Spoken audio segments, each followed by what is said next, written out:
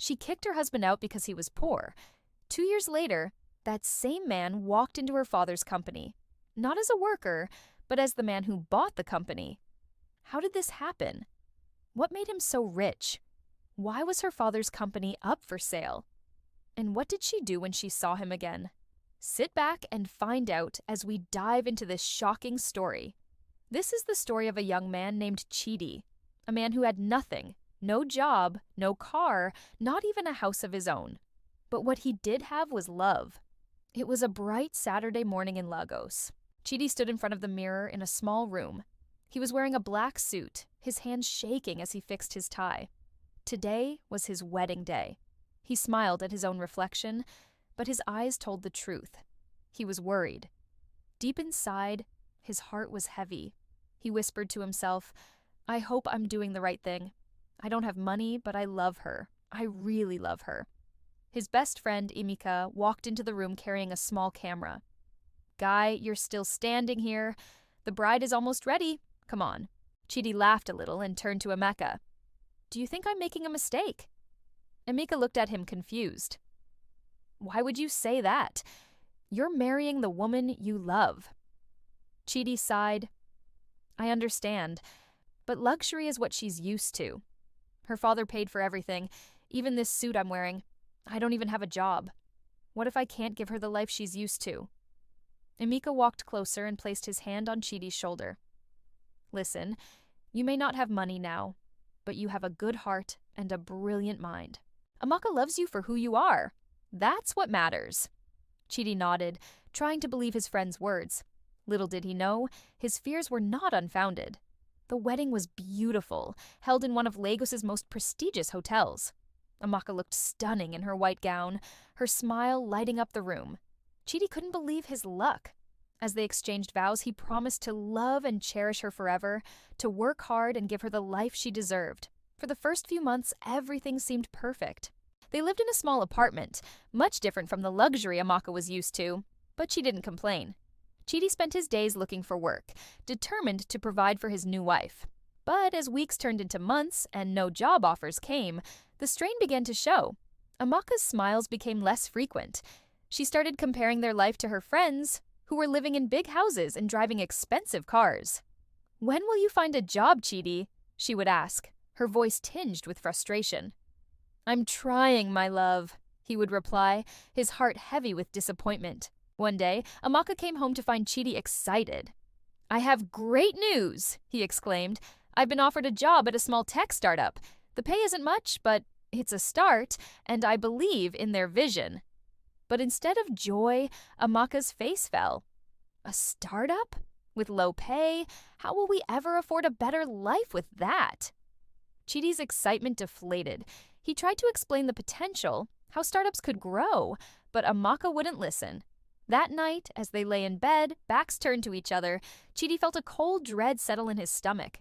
He was losing her. Weeks passed, and the tension in their home grew. Chidi worked long hours at the startup, coming home late, exhausted but hopeful. Amaka's patience wore thin. She spent more time with her wealthy friends, coming home with stories of their lavish lifestyles. Then came the day that changed everything. Chidi returned home, his eyes shining with excitement. "Amaka, you won't believe it. The startup just secured major funding. They're offering me shares in the company. It might not be worth much now, but in a few years..." But Amaka cut him off. "A few years? I can't wait a few years, Chidi. I'm tired of living like this. My friends laugh at me. My father was right. I should never have married you." Her words cut through him like a knife. "What are you saying?" Chidi asked, his voice barely a whisper. "I'm saying it's over. I want you out. I can't live this poor life anymore." Amaka's voice was cold, devoid of the love that once filled it. Chidi felt his world crumbling. He pleaded, reminded her of their vows, their love. But Amaka's mind was made up. That night, with a small bag of clothes and a broken heart, Chidi left the apartment they once called home. For months, Chidi lived with Emeka, throwing himself into his work at the startup. The pain of Amaka's rejection fueled his determination. He worked day and night, pouring his brilliant ideas into the company. And slowly, things began to change. The startup's innovative technology caught the attention of major players in the industry, Investments poured in, and the company's value skyrocketed. Chidi, with his shares and his key role in the company's success, found himself suddenly wealthy beyond his wildest dreams. 2 years passed. Chidi was no longer the struggling young man Amaka had kicked out.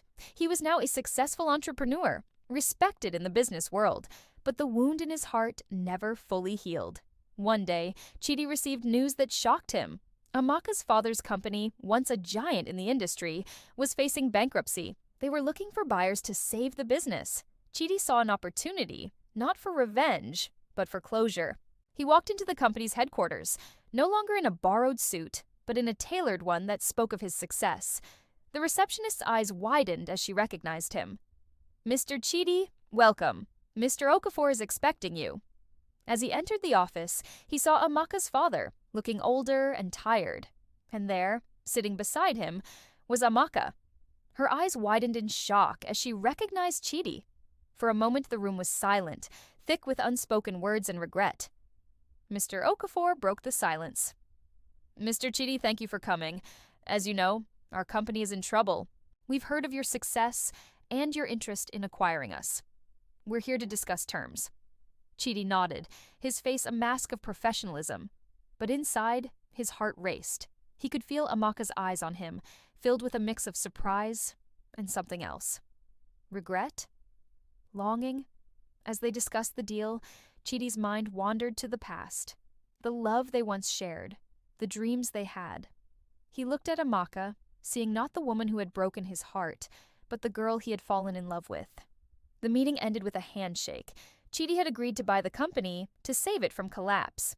As he stood to leave, Amaka finally spoke. "Chidi, can we talk?" He paused, looking at her. In that moment, he realized that the anger and pain he had carried for 2 years had faded. In its place was understanding and, surprisingly, gratitude. Her rejection had pushed him to become the man he was today. "Yes, Amaka, we can talk," he said softly. They walked to a nearby cafe, the same one where they had their first date years ago. As they sat down, Amaka's eyes filled with tears. "I'm so sorry, Chidi.